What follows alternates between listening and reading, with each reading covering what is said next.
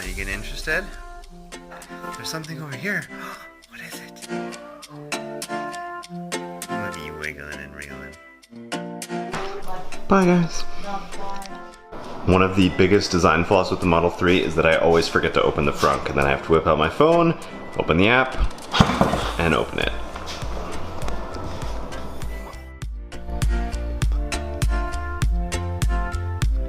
I'm hiding in the closet for the moment because it is baby's second feeding of the night.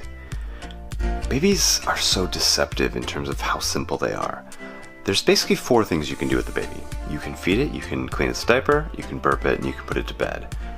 Which you'd think would be really manageable, right? You just figure out the right order to do these things in and go from there. Maybe you change the diaper and then you feed it, and then you burp it, and then you put it to bed. Which seems so simple at first glance, but there's so much infinite variability, right?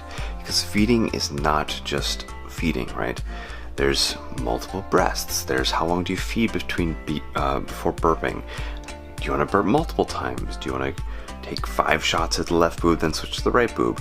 Do you want to change the diaper in the middle? Do you want to change the diaper twice during a feeding? Like, there's so much variability, and then there's so many other variables at play that come into how happy the baby is, how long it sleeps, how much fuss it makes, from everything from, is the bed that it's sleeping uncomfortable? Is the temperature too hot or too cold? Is there a little bit of wind? Does it have an upset stomach?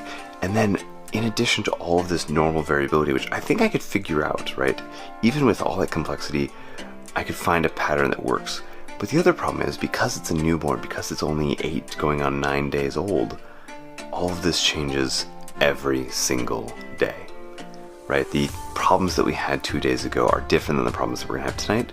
And it's gonna be different than the problems we're gonna have in a couple days. And so it's very, very hard to get your bearings straight. It's very, very hard to figure out what's going on and what you should be doing in order to take care of the baby. So all you can do is try and figure out what does the baby need at that very moment, because it can't tell you, right? If it's too hot, it's too cold, the baby's not going to tell you. All you can do is try and check all of the variables every time and go from there.